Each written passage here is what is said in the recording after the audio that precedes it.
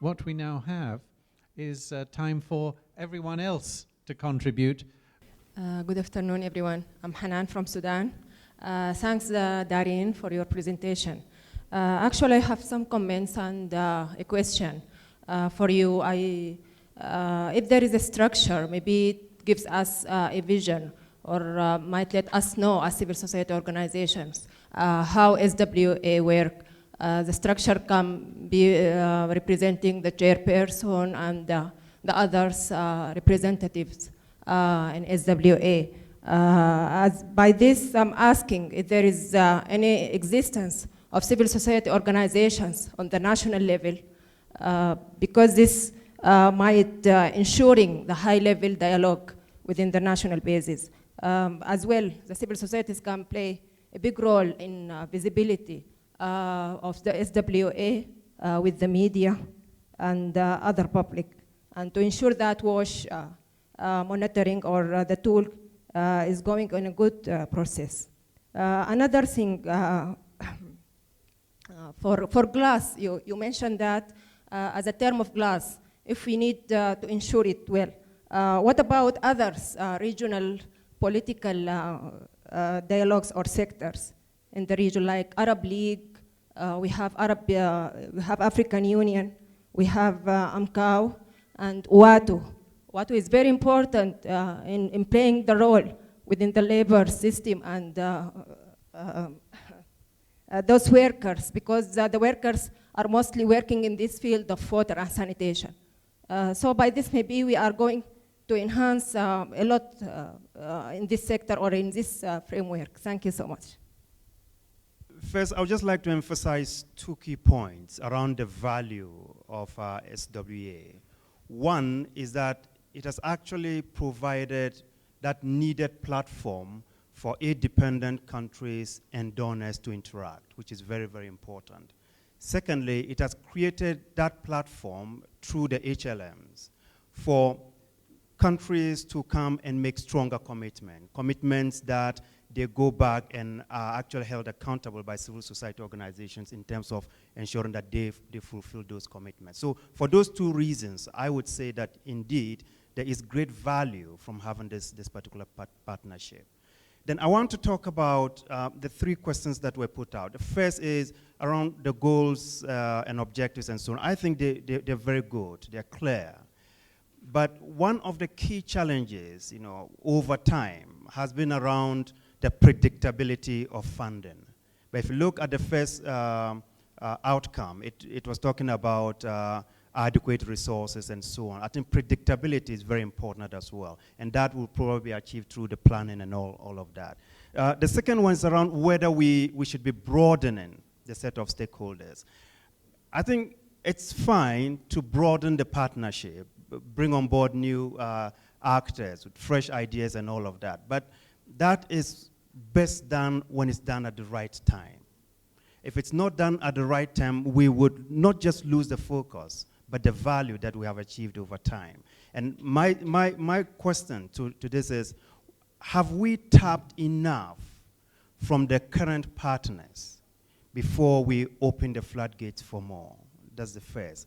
The second question I want to raise about that is, have we been able to track what the donors have been able to do in terms of their own commitments? Have they fulfilled their part of these commitments? It's good to hold people accountable.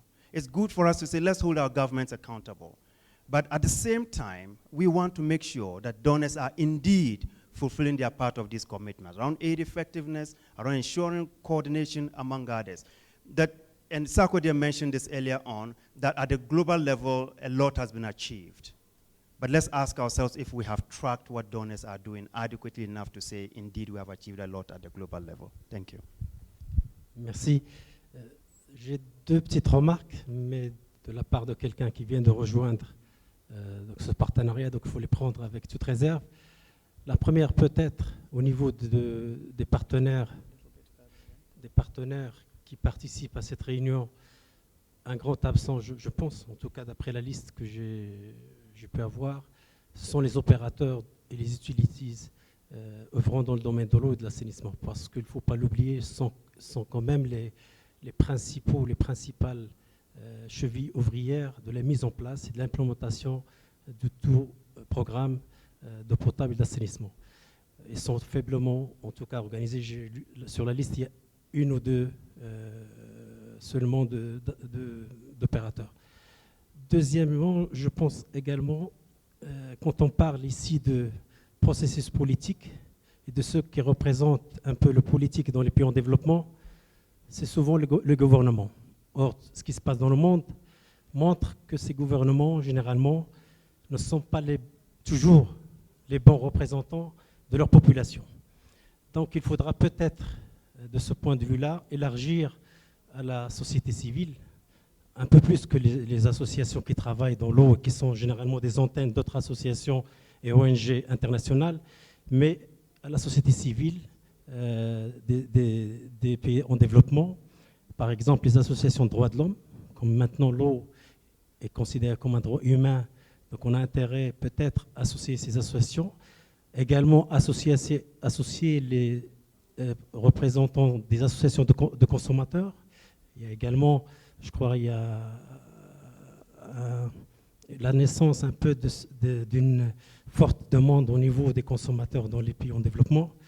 Donc tout ça, il faut l'inclure, je pense, dans le processus politique. On ne peut plus continuer à penser que les gouvernements dans les pays en développement, faute de démocratie, faute de beaucoup de choses, de transparence, on le sait.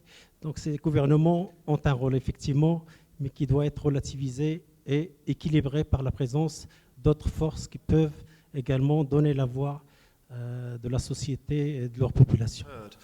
To start with Samir, because he was the last speaker, you were reiterating a couple of points which have come out very strongly from this presentation and from discussions in the room, which is, do we have strong enough civil society voice within SWA? Do we have the right types of partners around the table? I think one of the things that we're going to be focusing on Wednesday in particular is the third part of my presentation, which is how are we currently engaging the partners in the room? Are they optimally engaged? And do we have enough of them? And if we don't have enough of them, where do we need to be reaching out? So I don't want to definitively answer that question other than to say that's a point for us to get right in terms of how we engage with the broader partnership.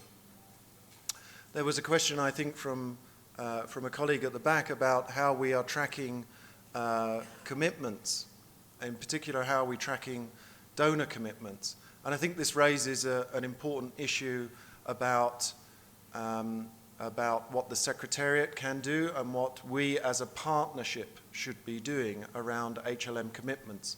Because I think we tend to expect the Secretariat to do all of that tracking. Let's be clear, that's a huge task, and it's not one that the Secretariat currently has the capacity to do.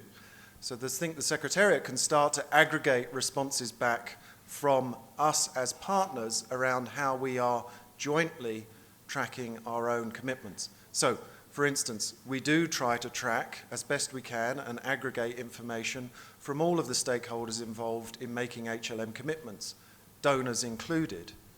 But it's not the Secretariat's responsibility to do that. So one of the discussions I think we need to have is what type of information should we be aggregating on the monitoring of HLM commitments? Who is best placed to do that? Maybe we should be thinking of different means and mechanisms for that. Do we have coordinating partners who take a role in all of that? These are points which are up for discussion. This may be something I'd like to defer also to Piers or to Clarissa if you wanted to come in on those points. Il faut dire qu'au lendemain de la tenue de la réunion de haut niveau, donc, qui a eu lieu le 19 et 20 avril donc, à Washington, les engagements qui ont été pris par les deux parties, le secrétariat a fait large écho de cela. Donc nous avons reçu, je sais, si j'ouvre mon ordinateur, je sais ce que le Royaume-Uni a promis, je sais ce que la Hollande a promis, je sais ce que les États-Unis, etc. Donc alors, qu'est-ce que nous avons fait au niveau de notre pays? Nous avons essayé de voir ces partenaires, où sont-ils chez nous? Donc, avec le point focal Watch de l'UNICEF, monsieur Hueto Wilfried, il s'appelle. Donc, nous avons essayé donc de faire le point au niveau de notre pays pour voir l'Union européenne. Nous savons là où ils sont. Le Royaume des Pays-Bas, la Hollande, nous savons là où ils sont, etc., etc. Donc, nous avons fait un planning pour aller voir ces différentes structures et leur dire, voilà, vous avez pris des décisions à un très haut niveau, notre ministre était là, voici les engagements de notre ministre, voici vos engagements, comment est-ce que nous allons les concrétiser? Et donc, nous avons lancé cet échange-là au niveau national. Donc, je pense que si, au niveau des différents pays, un processus comme ça se déclenche, ça va permettre de mieux, rapidement, donc, opérationnaliser les différents engagements des différentes parties, au lieu d'attendre que le secrétariat à New York nous apporte tout l'appui. Ils feront ce qu'ils peuvent de façon globale, mais au niveau de chaque pays, il faut que nous soyons proactifs. Merci. Thank you. My name is Dibalok Singha. I come from Bangladesh. I work for an NGO, and here I am representing FANSA. I think we will be having more opportunities to deliberate and discuss in detail what is the added value of SWA. But in relation to Darren's presentation, which was quite detailed and quite informative to understand the logic. But one thing whether I missed or whether that was not there, I can go back later. But what we think about communities' role in this whole process? Is there any role, or they are kind of, just sitting at the corner of the room and then just get it? In terms of relating objectives, outcomes, and vision that you have shown through arrows. That is one. Second point is, while you were elaborating about the papers, background papers that has been written, I think it is my kind of submission that in papers, although in your kind of presentation you have mentioned the strength of this whole process, especially HLM, but in these papers actually what is the strength and weakness and opportunities of the whole thing? That was not very clearly evolved from the paper. That is kind of my reading. So that is number two. And number three is kind of, I feel, locating at the country level, in my country, I feel still there is gap in ownership of the whole mechanism. Who is the owner?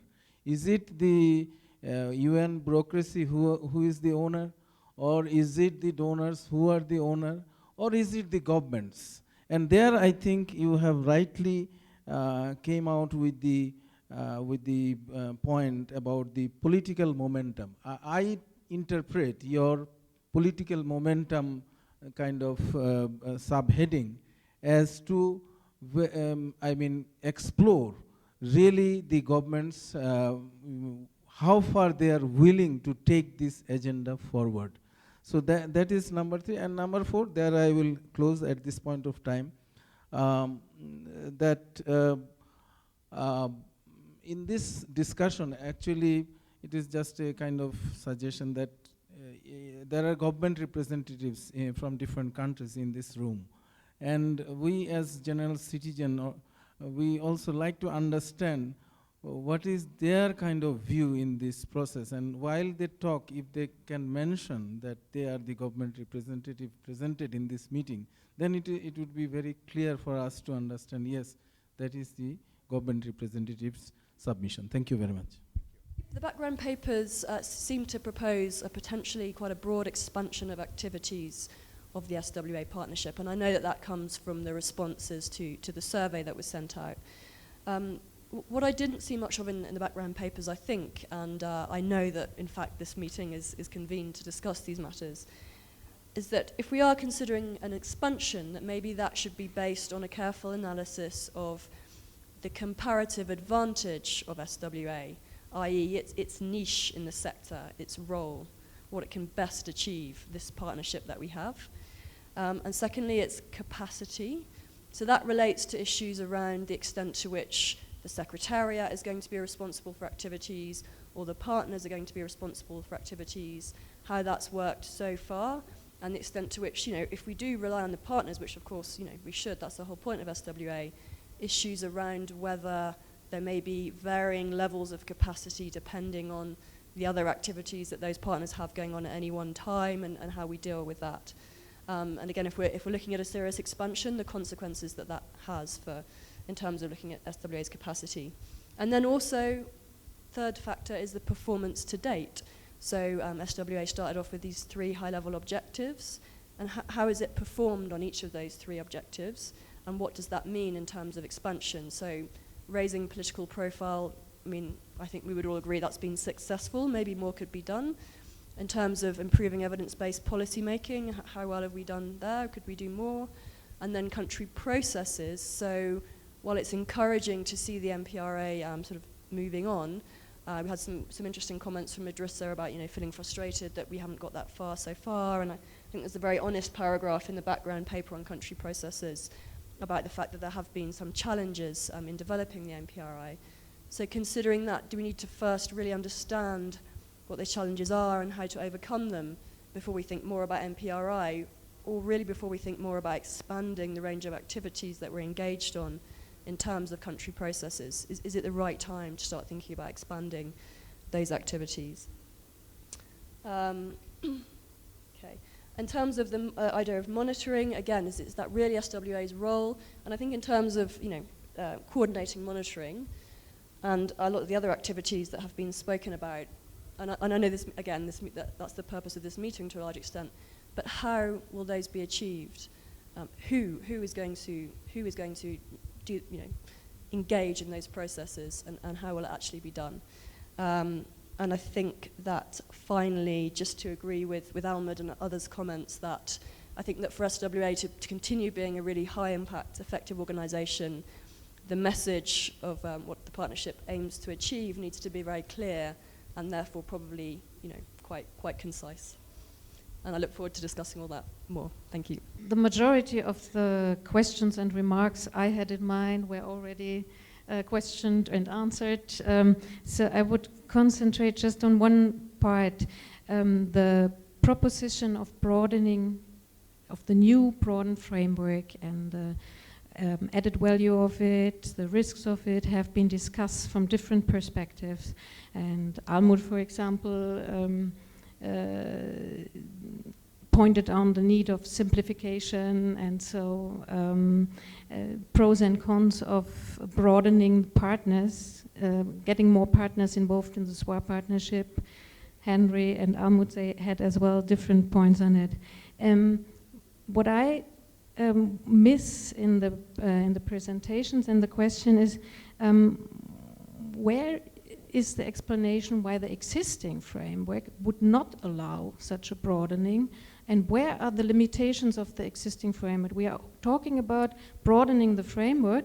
I think the question is, how can we engage more of the partners, more of the donors, if we want this, and then discuss this question. But we are concentrating on broadening the framework without, and it's not yet clear for me where is the need. If I compare the two frameworks and put it left and right, the different frameworks, it changed so much from 1 to 9.9 and so on, that it's really difficult to compare and to see where are the limitations. Another approach could be take the old framework, see where are the limitations, and discuss at these specific points where you need to broaden it, if it's needed. For example, one point which was not addressed yet is the question of or the proposition, the suggestion to add the private sector. And if you want to add the private sector to the partnership, it was assumed that then you would need to discuss how to broaden the framework to allow it. I then tried to find out where it is written in the framework that it's no place for private sector. And said, okay, the partners are all grouped into constituencies. And if you see the description of the constituencies, okay, there is no place for private sector profit, for-profit private sector. There is place for non-profit associations from the private sector. And okay, if you have a new constituency, you have also to have in mind that this would mean automatically to have seats in the steering committee. So that means then private sector would be in the steering committee. And then I said, okay, but why? It's not yet, there's no problem. And then I looked at the governing document of the SWA. And there it said a sentence, and that makes me a little bit astonished. It says, sanitation and water for all partners cannot be for-profit organizations. SWA governing document. So if we are talking about getting in the private sector, it's not only talking about broadening a framework. We have to keep in mind that we are talking about changing the SWA governing document. I wanted to, I hope that we will find room to discuss that in one of the sessions. There was a question from the first round which wasn't addressed adequately, and I just wanted to talk about that. I think it was a question about, well, where's the organogram for SWA? Let me reassure you that does exist. It's articulated in the governance document, if not laid out in a schematic, but we do have an organogram which shows the relationship between the steering committee, the secretariat, and the partnership. And we've worked quite hard on looking at the differences between what the secretariat does and what the partners do as a whole. I think the specific question that colleague raised was about the role of CSOs within SWA. Where are they involved at the national level? I think it's important to point out that in the preparatory process for the HLM, we had, for instance, SWA focus points.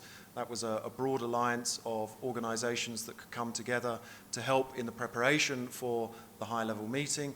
That clearly involved CSO organizations. We also have CSOs directly involved in the governance structure for SWA. So there's a very direct input, so to speak, into the decision-making process. Voice is heard and is reflected in the recommendations and the activities that SWA takes forward.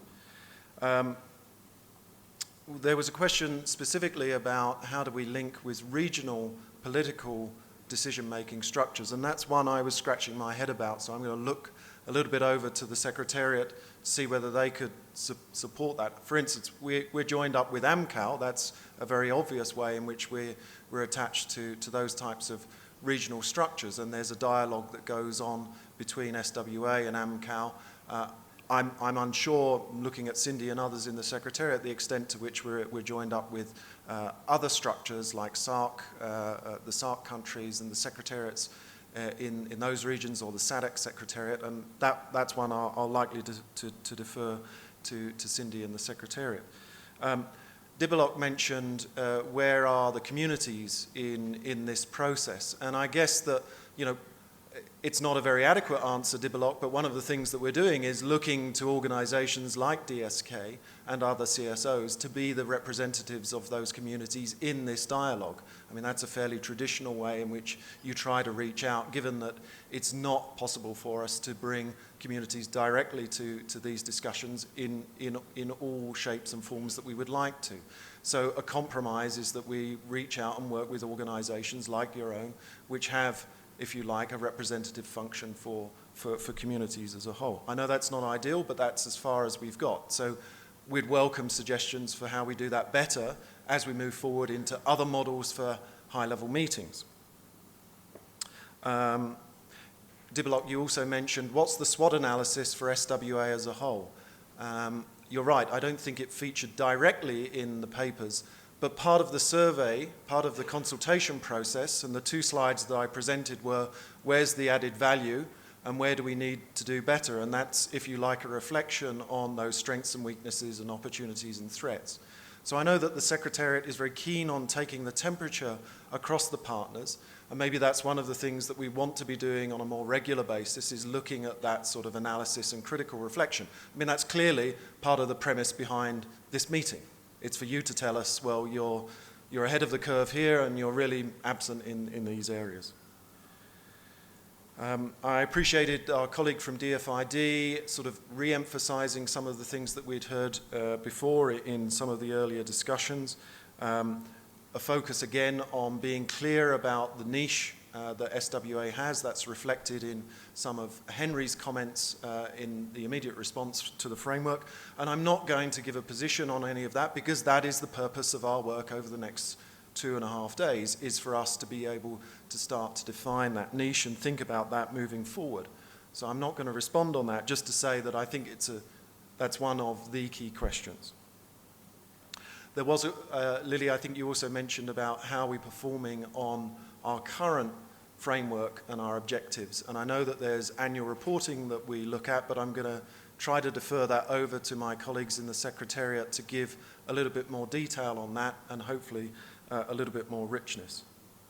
So I'll stop there. I know that Piers, you wanted to come in on one question, and Cindy, maybe you might be able to help with rounding out some of the richness in the annual reporting we do and how that deals with the question that Lily raised. Merci beaucoup. Avant que Madame Cindy ne prenne la parole, je voudrais dire que des pays d'où nous venons là, ce n'est pas SWA qui viendra jouer le rôle de leader dans le secteur de l'eau et de l'assainissement à nos places. Hein. Ils sont venus, ils ont mis en place un partenariat avec une vision pour aider, pour renforcer le niveau national, notamment le rôle du gouvernement à entraîner les autres acteurs au niveau national pour atteindre les objectifs que nous nous sommes fixés. Mais qu'est-ce qui s'est passé avant que la réunion de haut niveau de Washington n'ait lieu dans vos différents pays? Moi, je ne sais pas ce qui s'est passé. Si dans les différents pays, on se croise les bras et on attend qu'à une grande messe à Washington, on va décider de tout et tout va changer dans nos pays, mais on s'est trompé complètement. Il y a eu une dynamique de préparation. De la même façon qu'au niveau de Washington, ils ont préparé la réunion, de la même façon, nous avons reçu des directives au niveau de nos pays pour faire la même chose. Donc, nous avons associé le PNUD, l'Union européenne, la Hollande, les partenaires, tous les partenaires nationaux, pour rentrer dans une réflexion et évaluer globalement quels sont les besoins dans le secteur de l'eau et de l'assainissement pour atteindre les objectifs du millénaire en 2015. À ce niveau-là, les communautés n'ont pas été fortement associées, je le reconnais. Donc nous avons fait une évaluation globale. L'eau et l'assainissement, il nous fallait plus de 200 milliards pour atteindre cela. C'est sur la base de cela que nous avons fixé des objectifs au gouvernement. Le ministre de la Santé a pris des engagements, le ministre de l'Eau a pris des engagements. Et ces engagements se sont basés sur ces évaluations globales. Mais après la réunion de haut niveau, nous avons dit, il ne faut pas s'arrêter là, il faut aller plus loin. Donc, au niveau de l'assainissement, nous avons commis un expert pour nous aider à faire remonter depuis le bas, depuis les communes, donc jusqu'au niveau central, un processus que nous appelons le processus de budget programme par objectif. Le sous-secteur hygiène et assainissement de base s'est fixé des objectifs à atteindre en 2015. Quels sont les moyens qu'il faut pour atteindre ces objectifs? Ces moyens sont-ils en adéquation avec ce que nous nous sommes dit en début d'année, dans le cadre de la préparation de la réunion de haut niveau? Et ce processus va aboutir à une table ronde des bailleurs de fonds. La première semaine du mois de décembre, tous les bailleurs de fonds, d'abord, tous les partenaires du secteur vont se réunir pour valider, pour consolider le budget programme par objectif du secteur de l'hygiène et de l'assainissement. Après ça, nous allons inviter les bailleurs de fonds et dire ce que nous avons déjà obtenu. Et ce que nous avons déjà obtenu depuis la réunion de haut niveau, c'est déjà près de 11 milliards de francs CFA. Voyez-vous, 7 milliards à travers le programme pluriannuel d'appui au secteur de l'eau et de l'assainissement, 3,6 milliards avec l'UNICEF tout récemment. Donc, voyez-vous. Donc, et nous savons que l'Union européenne a pris des engagements. Nous allons les inviter. La KfW, la Banque allemande de développement, a pris des engagements. Nous allons les inviter. Si après ce processus, le budget programme par objectif n'est pas bouclé, alors nous allons sonner peut-être le secrétariat SWA pour dire attention, nous avons réuni tout le monde au niveau du pays et il y a encore un gap. Voudriez-vous contacter tel autre bailleur ou pour nous? S'il n'y a pas une dynamique au niveau national, que nous pensons que les choses vont se faire ailleurs, mais on se serait complètement trompé. La société civile ne sera pas une société civile d'ailleurs, c'est la société civile des pays. Et il y a un cadre, il y a les groupes sectoriels eau et assainissement qui fonctionnent, qui devraient pouvoir fonctionner. En tout cas, au Bénin, nous tenons des sessions assez régulières avec l'ensemble des partenaires impliqués dans le secteur de l'eau et de l'assainissement. Et je pense que c'est la même chose, c'est la même dynamique que chaque pays doit pouvoir cultiver pour qu'on puisse s'assurer des besoins. C'est quoi? Le gap, c'est quoi? Où il faut aller chercher ce gap? Je vous remercie. The thought that what's been proposed in these ideas is that there's sort of expansion beyond, and that through that expansion we would necessarily lose focus on our comparative advantage. Yeah, I think what's happened is SWA started off in the gleam in the eye of a few committed partners, both in civil society and in donors engaging with a few countries. Well, surprise, surprise, countries now are the dominant force in SWA. That's why this new vision talks about country-led, because this is actually a partnership of countries trying to work better together to fix a global problem. And I think we've really moved beyond a paradigm which was donors trying to have more impact in a few poor countries. So I think this is not because of anything that the Secretariat or anyone else has decided. This is actually how this partnership has evolved. And I think that what we're seeing is it's a new world. You know, it's a new world where the main financial flows are in fact in governments. And many of these main financial flows are in slightly richer governments or poorer governments that are getting richer. Seems to me that this is just a natural evolution of this partnership. This doesn't mean to say that we don't need to keep focus on, keep focus on our knitting, that we work at a political level. We still work on an HLM. We work on commitments and helping to ensure accountability of achieving those commitments, that we help to improve the evidence base so that decision makers have more and better, smarter data, and that we respond to the demand of countries that need our help. So I don't see that we're expanding beyond our mandate in some way. I simply that we're reflecting the need that to be global now, you actually have to talk to Latin America. How can you be global and not have at least 4 or 5 countries in East Asia? How can you be global without having a dialogue with India? So I think this is simply reflecting the way the world has changed rather than any particular sort of megalomaniac drive on the part of a few intrepid souls. We know that we need to do, again, as Darren's mentioned, that it's those who made the commitments that are responsible to report the progress they've made on implementing those commitments, and it's our job as a secretariat to coordinate the collection of that information, to analyze it, compile it, and disseminate it. That's the way we've been mandated by the steering committee, the way we read our mandate. That's what we've done in 2011. That's what we attempted to do in 2012, although there was an issue with data collection, and so there is not a 2012 report on 2010 commitments. And we have laid out a few steps for how we go forward. One is that we need to start earlier on prompting the conversation about who's monitoring, because that's not something you can do because we ask and we need the report next week. That there needs to be an ongoing conversation in the countries, starting much earlier, so that we're not forgetting that we made the commitments a year ago and now the Secretariat comes back and says, what did you do last year? And no one was looking at it. It's very difficult to report if that's the way it is. So we need to start earlier from the Secretariat. We'll do that in January, start talking about what we can do to report by June. Hopefully, no one's forgotten that commitments were made in April, and there is an ongoing conversation. But again, this is speaking to the conversation tomorrow about an ongoing political dialogue, both at country and global level. And then we all need to be moving towards better aligning where are the commitments coming from. Are they coming from an ongoing conversation at country level about what's going on, where the weaknesses are, where are the bottlenecks, what are the commitments that need to be made in order to make progress. Hopefully that will become a more seamless conversation so that the commitments are being monitored because they're fundamental to your national dialogue.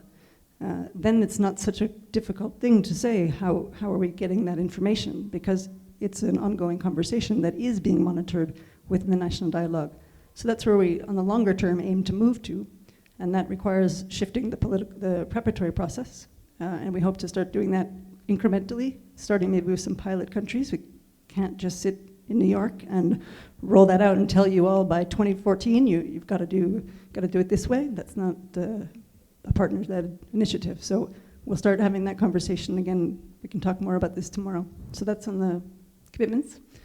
Just very quickly on the regional fora, I actually maybe would ask Baimas and Ananda and others. AMCOW is certainly here.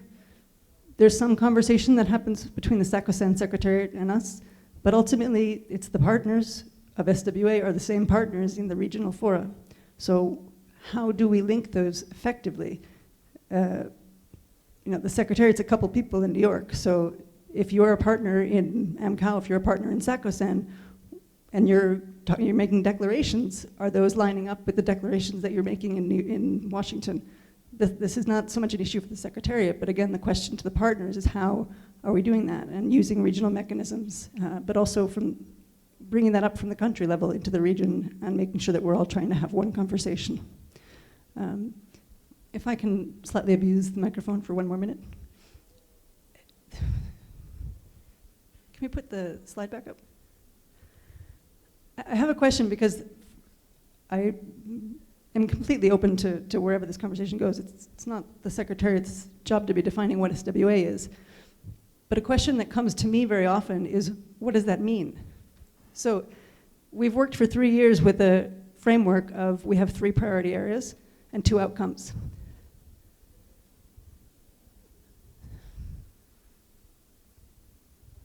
So if we have the priority areas of political prioritization, evidence-based decision-making, strengthening country processes, and we want to have mutual accountability, and we want to have better targeting. But what does that mean? And so if I'm a partner, what am I supposed to do?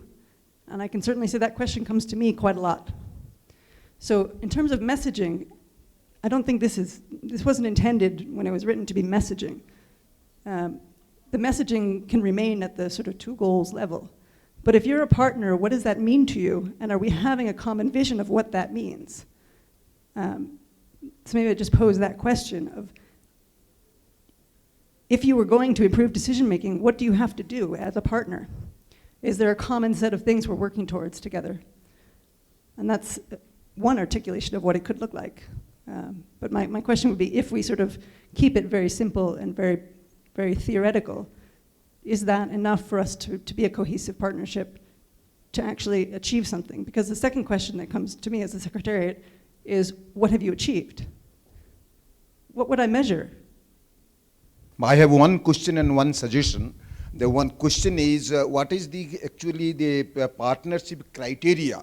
Is it on basis of application or on invitation? The number was 20 at the beginning, now it is 91. So how it happens and what is the criteria, so that I will take care back to my country. Second thing, some discussion was on this private partnership. So if the public-private partnership we have started in our country, and we also face a lot of things, lots of problems. When we say private, if they are profit-making private organizations, we should think twice before involving in such a type of network. Thank you. Thank you very much. First, I will touch on 3 things. When I look at the crowd, my mind goes to 2008 when Pierce, Clarissa, myself, Henry, in London, when we are establishing SWA, SWA. And the basic principles that were valid then are still valid today. So one of the reasons that after debates of 2 meetings in England in winter, taking a Sahelian to England in winter, was keep it slim, lean, and be effective. That was what we were saying, that we want to be effective. Let's not have a big shopping list. Let's have impact. And I think we were having impact. If I can quote Obama in the debate when he said, we don't want 100,000 big bombers. We want few, small, fast, and effective. I think that holds today. So the three objectives that were established, I was hoping that we were going to review and evaluate them and see whether they're still valid today.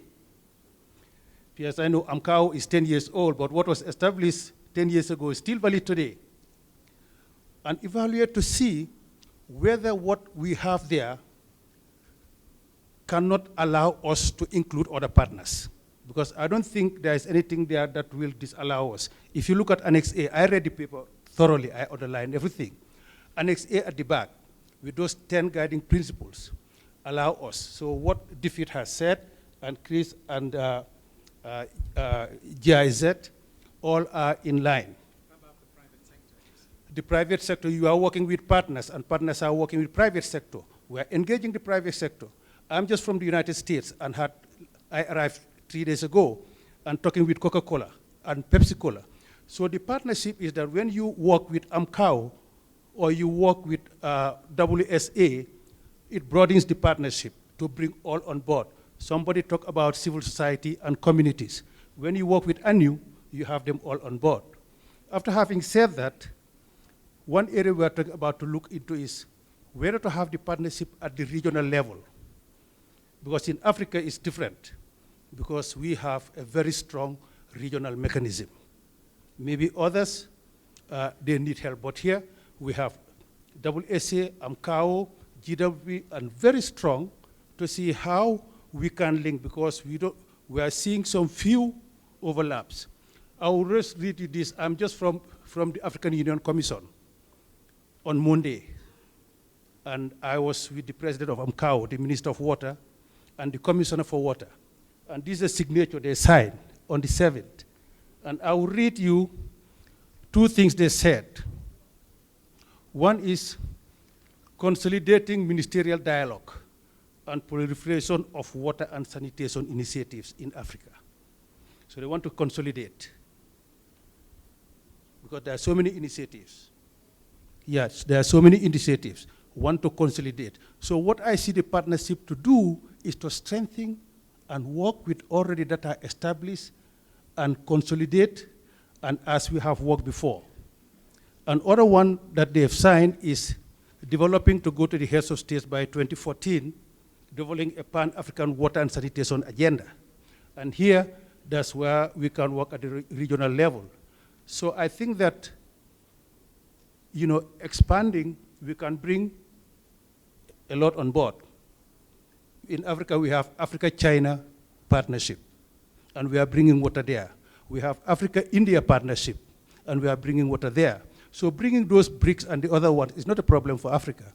So I think there are newcomers on the table that may need, who are even asking for the definition of SWA, which we have passed a long time ago. But we need to rationalize and see whether the new framework expanding will keep us our eye on the ball, or we may end up not be able to manage, creating something that we cannot manage.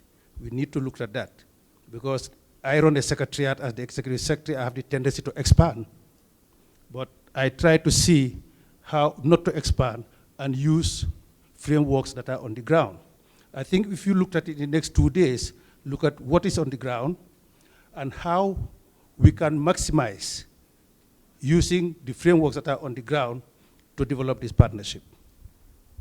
I'm very happy to see in the framework that the program SWA will be led by the country. I think this is a very positive step, making SWA a possible reality. Because so far, commitments has been made, programs have been developed and all that, but it has always been a very project approach kind of thing. So I think this country-led approach in the framework is very good. And also decision making as a goal is very important. But I also see that equally important is the accountability, increased accountability of the development partners in funding this program. This is especially true for those countries whose program is heavily dependent on aid or loan from the multinational agencies. Because experience tells us that the commitments are made, for the allocation of the funds and all, but that doesn't really come, not even 50% in many cases. So I think, how do we ensure in the framework that commitments made by the development partners are really there? This will only make the countries possible to go with their program and then only meet the, whatever, by the year 2017, whatever pledges has been made, like water or sanitation, water for all.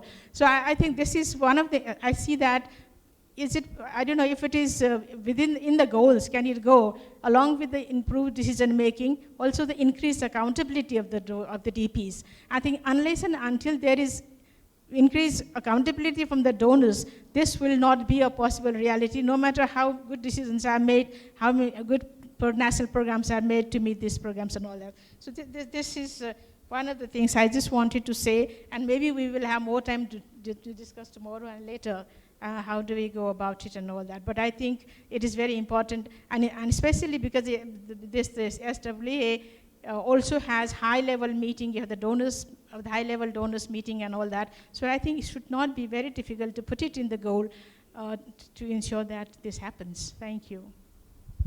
I have two thoughts. One is, I'm still a little bit stuck trying to track this chart against the old one. And the two outcomes that I recall previously were around increased impact of resources and strengthening mutual accountability. And I miss those, I think, here. I particularly miss the impact of resources because it's really all about service when we get down to it. And I'm feeling like this dilutes that a little bit. And I'm just wondering if that was a trade-up in terms of value. And the other thing that I'm starting to think about is the inherent tension between being a very inclusive partnership and having a very focused mandate where we can actually achieve something and see a result on the ground. And maybe going into the rest of the week, we need to be conscious of the fact that not everybody's going to be a short-term, tangible winner in the partnership, that we're actually committed for a longer-term engagement, and we're committed over a really longer-term changing sector, and that everybody's turn may come eventually, but it's not about everyone being satisfied in the short term. I don't know if I'm expressing that clearly, but to me it seems like a real tension both in how we're managed and implemented and in how we think about our mandate. I was just looking if someone, raises the issue of the SWA partnership and support in the countries where, security problem is available and, the conflicts are going on. I also know that, the mechanism that we are putting for the country, from the countries to the countries are different. The real situation in Afghanistan is that the government has come up with a sort of commitments to the SWA at the global level and also at the regional level. But the reality is that I can see that those commitments are not very much achieved. And again, the problem is the security and conflicts, which is hampering the government and also the partners and the donors' decisions and investments to be achieved what has been expected and planned. So I was wondering what, how SWA can support and come up with better mechanism while we are talking about, our revised SWA framework. Again, if we go to Afghanistan, I should thank and be grateful to those donor communities and partners who have put investment, especially for WASH. But if I share you the access to safe drinking water in Afghanistan, especially in the rural areas, that 80% of the population are living, so it's only 20%. And for that, still, the investment comes from the donor side is, based on the strategic objectives, and it's not based on the basic needs and basic services, which is, to be provided.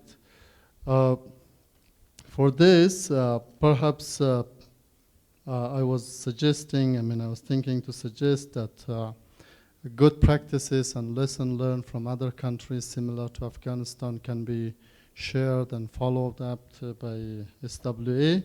And then on the coordination side, again, I suggest that since we're talking about partnership, so with partners and developing banks and donors, I think we better talk on the basic needs to be supported rather than fund or investment earmarked for strategic objectives. A key example is for USAID, it's a program is going to come is called Stability in Key Areas.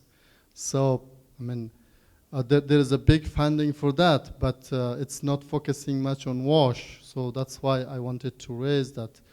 While we are talking on the coordination side with the donors particularly, we have to suggest and push that investment should come for the needs, not only for the strategic objectives. Thanks a lot.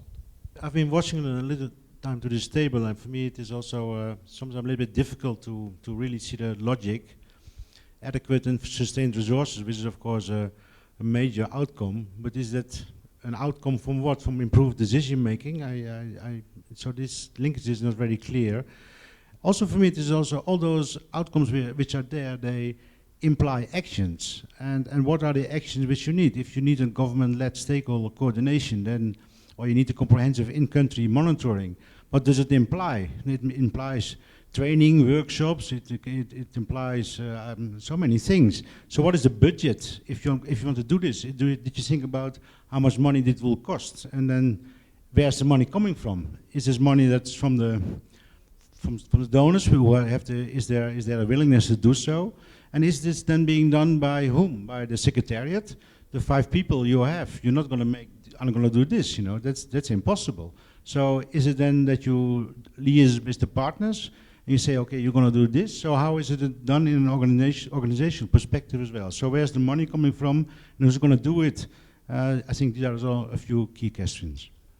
Everybody was talking about country-led process, but what is the strength of the organization at country level? And that is an important aspect to implement a program and to spend the budget. There must be a strong organization. What is the organization at country level? That is the question that we need to answer next few days. Thanks very much for all of those comments. I mean, I think they're great. They're the right questions that we need to be addressing. And, I'll be frank, I don't have all of the answers to that. And the answers to that lies in the discussion that we'll be having as a partnership over the next couple of days. I can address a couple of questions directly, I think, and then I think I could talk a little bit about some of the trends that we've seen in some of those questions. So what is the strength of the organisation at the country level? I think SWA is not an organisation. It's convened by its partners. So at the local level, we have SWA focal points, and the partners get together to work on those activities that we see outlined against those outcomes, or in relation to things like the high-level meeting. But SWA as a whole is not an organisation. It is the sum of its parts, the sum of its partnership. From Freshwater Action Network, we heard about a question regarding partnership criteria. Are they invited? Do countries apply? Do partners apply? It's very much that there is no high degree of scrutiny, if you like. We expect and anticipate that partners would sign up behind the guiding principles of SWA and take an active role. But we want to bring more people under the tent rather than keep them outside, so to speak. So we don't impose a high threshold of participation in the partnership. Biomass was talking a little bit about how we're already working with the private sector. We do that to a certain extent, but again, I think that's a question for us to look at.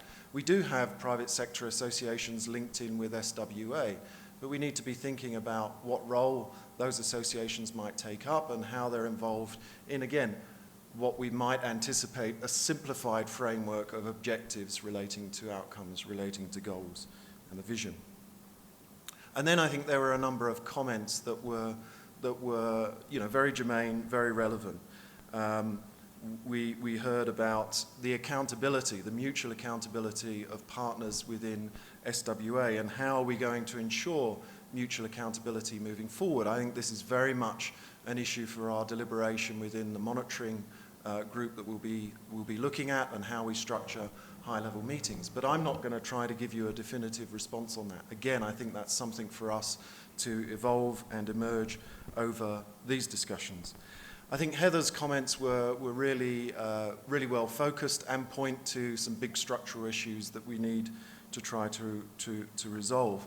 And I think one of the things that maybe the Secretariat need to look at tonight is how we go away and look at the original framework and the proposed framework, and look at presenting in a more simplified way tomorrow morning the differences as we would perceive them between these two things. And Heather's point about the tension that exists between inclusive partnership and focused activities, I think, is spot on. That may well lead to, how do we sequence partners taking up more directed and purposeful roles within their constituency in relation to either time or specific objectives that we've had laid out here. And Bert's comments about where does the money come from and who's going to do this. Well, I've been very clear about the capacity of the Secretariat. So, those, in relation to those objectives and those outcomes, this is not something that we can rely upon the Secretariat to be doing. They can have a role in that, but they're not going to be driving it. We've talked repeatedly today and in the preparation process that SWA is about the partners. It's not about the Secretariat, and that was a comment that I made earlier. I think the issue about money is exactly the right question, but it's all moot if the perspective from this group is that we do not want to be moving and evolving beyond our current framework to something more, because then we keep focused on our existing niche. So I think a lot of those things are still up in the air, unfortunately. Well, no, not unfortunately, that's the right thing. They should be up in the air at this moment in time, and then we should be driving them through in the sessions that we've got coming forward. I think it's very interesting to hear the comments that have been coming back, and there's a few clear messages that I think gives us lots of material to mull over as we go into tomorrow. And clearly this idea that we don't want dilution of the purpose of sanitation and water for all, that we want to keep our eye on the ball, that we want to keep lean and mean. These are things that have come up over and over again. And also, I think what we're hearing clearly is sort of a resounding vote of confidence for what we've done so far, that there's a winning formula there, a high-level meeting that is essentially a dialogue about money between donors and recipient countries, and that monitoring, particularly issues such as aid targeting, is something that Sanitation and Water for All has started to do well and should continue to do well. So it seems to me that the real challenge is that we've got to figure out how to keep that winning formula while still responding to the other opportunities that expanding the framework and expanding the partnership offer. And I think that that's the challenge for us now. How do we keep the best? How do we do what Lily said is, take stock of what we've done so far and what's worked, decide how we keep that, but also respond to other opportunities. And perhaps it means a sort of segmentation of what we do so that we can be very clear in our objectives and our purpose.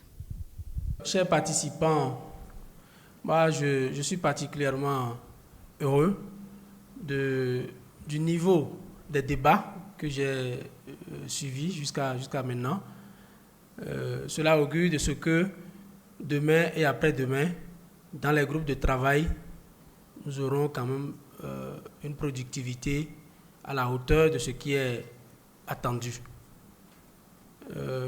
Je note particulièrement que la question du partenariat est revenue en force, qu'il faut travailler peut-être encore cette nuit pour mieux l'étayer, revenir sur les critères, le partenariat sur la base de quels besoins, etc. Je note également que la question de la redevabilité plutôt, le respect des engagements mutuels des partenaires est revenu tout le temps comme un point fort de nos échanges. J'ai également noté qu'il y a une nécessité de renforcer les processus nationaux. Et ça, je pense que dans mon développement, il n'y a pas de doute. Je m'inscris vraiment dans cette ligne-là parce que le partenariat au niveau mondial a beau faire des efforts pour mettre ensemble des bailleurs de fonds qui acceptent donc de financer le secteur. Si au niveau national, les gens, ils vous regardent, ils nous regardent, ils voient de quoi nous sommes capables, ils voient de quelle organisation nous avons mise en place pour mettre en œuvre tout ça et que ça ne répond pas à leurs attentes. S'il y a trop de risques, s'il y a des risques fiduciaires à mettre des moyens à la disposition des structures nationales, ils ont beau prendre des décisions au niveau international, ils ne les appliqueront pas. Donc, je voudrais insister sur le fait que, ici tous présents, nous devons retourner à nos bases et travailler au niveau national, mettre en place les processus, organiser des échanges sud-sud, dans un pays du sud, entre pays du sud, pour voir comment les choses évoluent dans un pays ou dans l'autre et comment le transposer dans nos mécanismes nationaux. Ce n'est que cela qui peut convaincre le bailleur de fonds pour qu'il vienne à nous. Je voudrais compter sur chacun de nous ici présents, sur l'engagement des organisations sous-régionales et régionales pour qu'il y ait une parfaite harmonie dans tout ce que nous projetons de faire pour 2015 et au-delà. C'est sur ces mots d'espoir que je voudrais, je ne sais pas si le modérateur, oui, je voudrais retourner donc la parole au modérateur pour clore la journée. Merci beaucoup encore une fois et vive la dynamique qui est en cours. Je vous remercie. What a great team you are, and I'm not surprised that no one felt the need to worry about the engagement rules because you knew you're good guys and you'd behave well, which you have. Thank you.